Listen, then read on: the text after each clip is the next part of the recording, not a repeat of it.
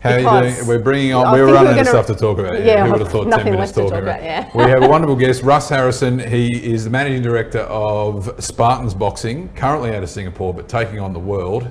Have we got him, Russ? Have we got Russ? There he is. Look at that handsome face. How are you today, Russell? I'm good, guys. Slight technical hitch in the background, but I'm all right. Well, there's that, there's that one cable that goes between Singapore and Australia, so we're really relying on that, aren't we? So you're based in Singapore, mate, managing director at Spartans Boxing. Tell us a little bit about what that's all about. Yeah, so Spartans Boxing, I moved to Singapore 10 years ago, in a former life. So Christian tells me that was to get away from fighting him. Yeah, exactly. I still haven't come back. He's on the run. He's on the run. Sorry to interrupt. Sorry, go on. I'm ducking and weaving. So yeah, look, I moved here 10 years ago, guilty as charged, as a few of us are. I'm a recruiter, and that's what brought me to Singapore. And so that's kind of been my career. And then 5 years ago, we started Spartans Boxing Club, which the intention of that was to have an inclusive community-based boxing gym in Singapore. And, not by design, but it just happened to be a successful business. And it started to grow, and the growth continued. And as Christian said, now we're at a point where we've developed a franchise model. So we've been spending the last few years really getting that model ready to be replicable and scalable.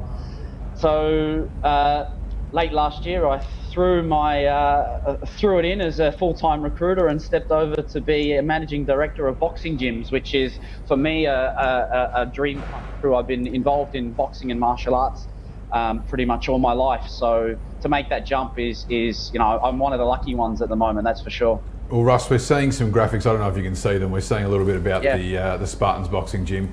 I mean, you and I have been around a long time. If we walked into a boxing gym 15 years ago, it's a pretty intimidating place for the average person. I think you described it as you're getting sized up as you're walking in the door.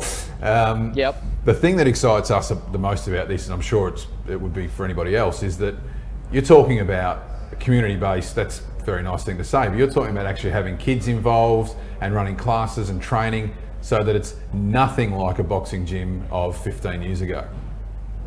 Yeah, correct. I mean, the places that you and I grew up in, it's spit and sawdust, right? That's right. You walk in, the first thing that hits you in the face when you walk into those sorts of gyms is the funky smell.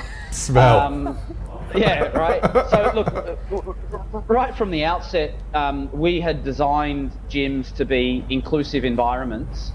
The reason that the gap in the market that was in Singapore and now that we've found is pretty much all over the world is that boxing gyms are intimidating, they're male dominated, they're smelly.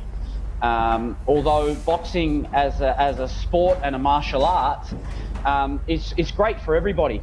And so at the outset, we said we don't want to be a fight gym. We want to be a community gym that's inclusive for everyone. So we started running kids only classes. We've got women's only classes. Fantastic. We set out with, right from when we started, boxing without bruises is our catchphrase. So it's the 90% of people that walk through our door, they want to get fit, have fun, be part of a community, but they don't want to get punched in the face. And that's really sort of what our business is all about. I love it. I love it. Now, our theme for today has been getting past the fear of growth and coming to what I've today coined the phrase, the line of comfort. Now, I suspect the line of comfort is a fair way in your rearview mirror at the moment.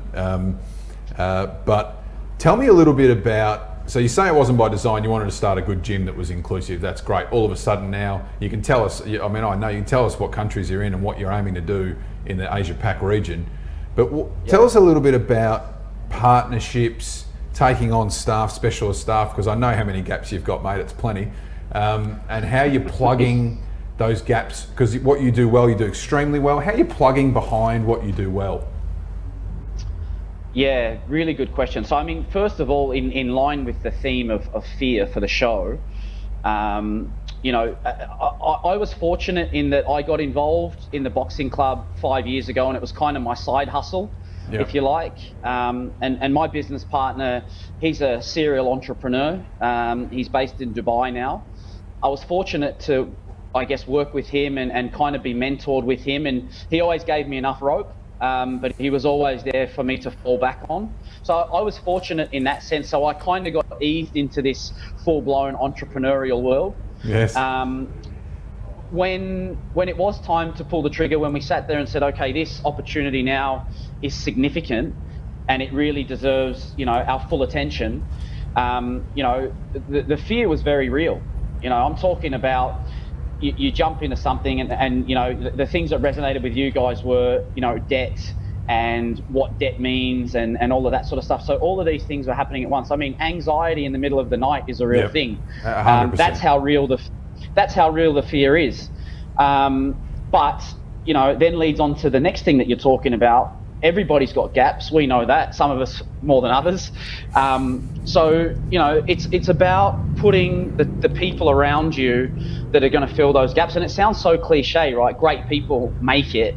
And great people don't always have to be the people that work for you. So years ago when we said, we set out with the gym, we were, by the third month of operation, when we opened the first gym, we were cash flow positive.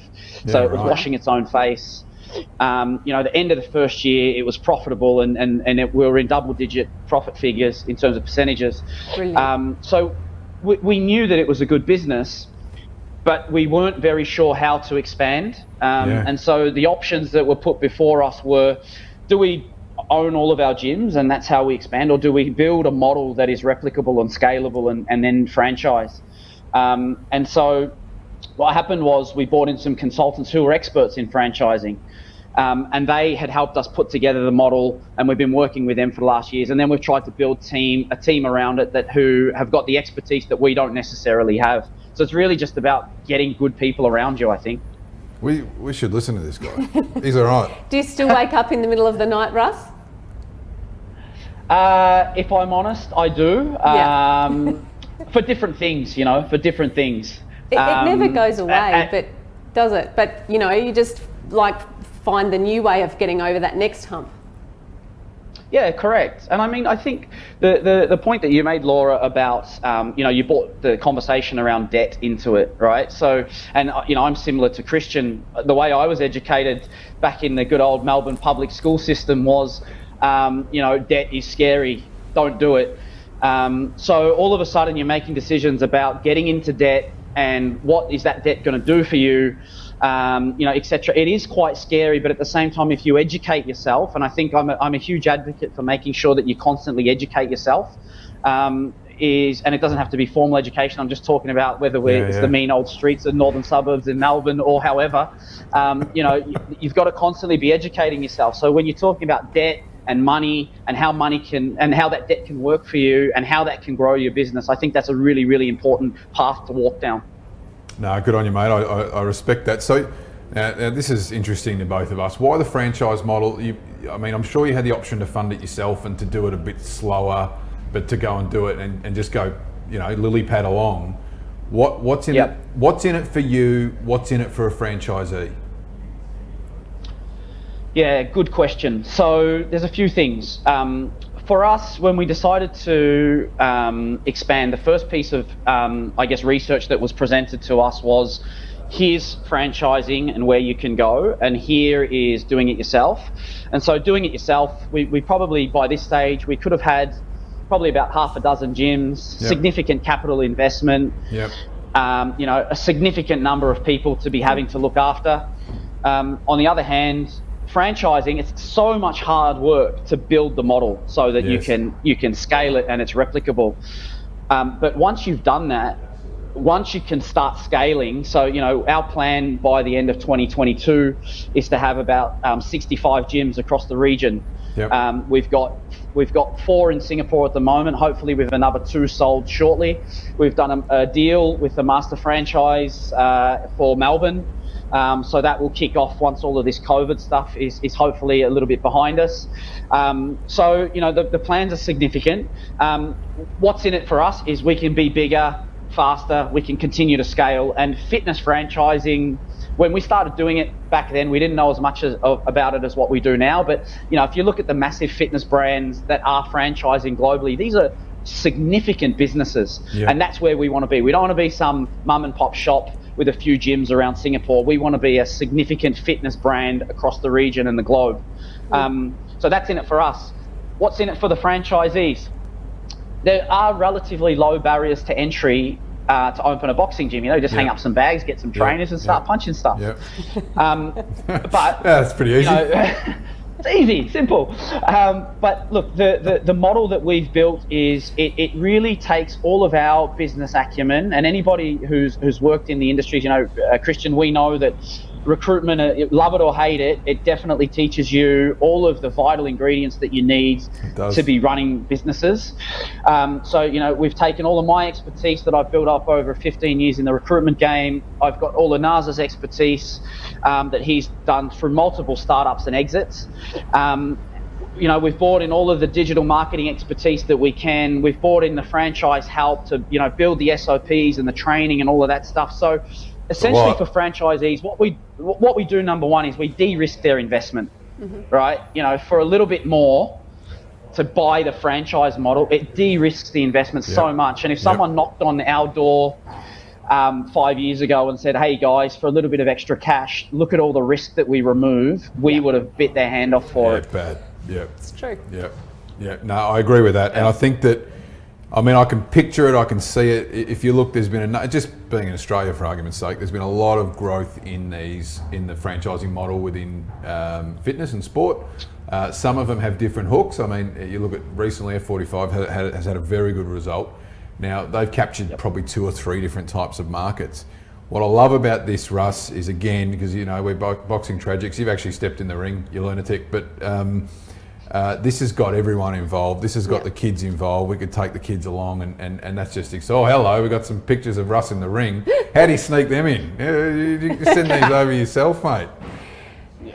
Look at my marketing team, mate. They look after me. Look at that, Russell, the hurricane. But something we've been talking about, Russ, over here is that, and I wonder if COVID's really pushed it even more home, is this concept of community that I think for a few years people have been going more outwardly, whereas now people are really enjoying that sense. Even if you just look at Facebook and you look at all the groups, local suburb communities, and people just want to feel part of something close to home. And so the concept of the gym where the kids and mum and dad and everyone's getting in together in the local boxing gym, it's just bringing everything back. I think my feeling is, as human beings, we want to get back there, and we just haven't quite known how to do it. Agree. And I think we're getting forced there. So, this idea is, I think, really well placed, and it's exciting. Your timing might be good, mate. Your timing might be good. So, since you can't travel here, how are you actually? You can't really travel anywhere at the moment. How are you managing it from, you know, the Singapore Tower? Yeah, so look, I mean, we've got good networks across the region, and technology is a great thing. So, you know, being able to talk to our key stakeholders is as easy as jumping on a Zoom call. You know, being able to market the business into new markets. So obviously we've got different channels in terms of how we do that. You know, I guess the international deals for us at this stage, that is really new for us. So we're ready to go in. We're ready for 7 markets across the region. Awesome. So, you know, when we're but that is relatively new. Even the deal for Melbourne, it hasn't officially kicked off yet. You know, the contracts are in place to start doing gyms in Melbourne. But you know, we don't need to be there just yet. Yeah, we can't do it. So look, I mean, we've got a good network, and we're able to keep connecting with people, and I think that's really important. And you know, we always intended to use Singapore as a market for us to. We don't want to have a huge volume of gyms in Singapore, but we do want to have the gyms in Singapore. Correct, and the gyms in Singapore, you know, we want them to be, you know, the sort of flagship benchmark franchises. Singapore's a great place to do that. And so, you know, we're still working really hard on making sure that we are doing well in Singapore, and that all of the businesses are doing well here. Good on you, mate. Well, we have, as usual, run out of time. Too early. Way too early, as always, mate. I want to thank you for coming on today. We'll get some links out to Spartans Boxing Gym. It's very exciting. So you can go back to whatever it is you were doing before you came on today. We really appreciate you here. And maybe we'll do a longer form podcast somewhere along the way and get in a bit more detail. Great. Fantastic. Thanks so much for having me, guys. I really appreciate it. Thank you, Thanks mate. again. Good on you. Good on you. Well, he's all right, isn't he? It's fantastic. He's not bad. Excellent. Not bad for a pug Makes from me the wanna northern go on- suburbs. Yeah, no. I want to go on. I don't feel like it takes much for you to want to do that. You run away from litigation, but you just keep coming back. You know. No, I think that was very good. I think Spartans Boxing Gym is. I love the concept. Yeah. And I think you're absolutely right about community. I think there's a reason that Facebook bought WhatsApp, and that is because the community is going to come back tighter again. Yes. And I think there's something pretty exciting about that.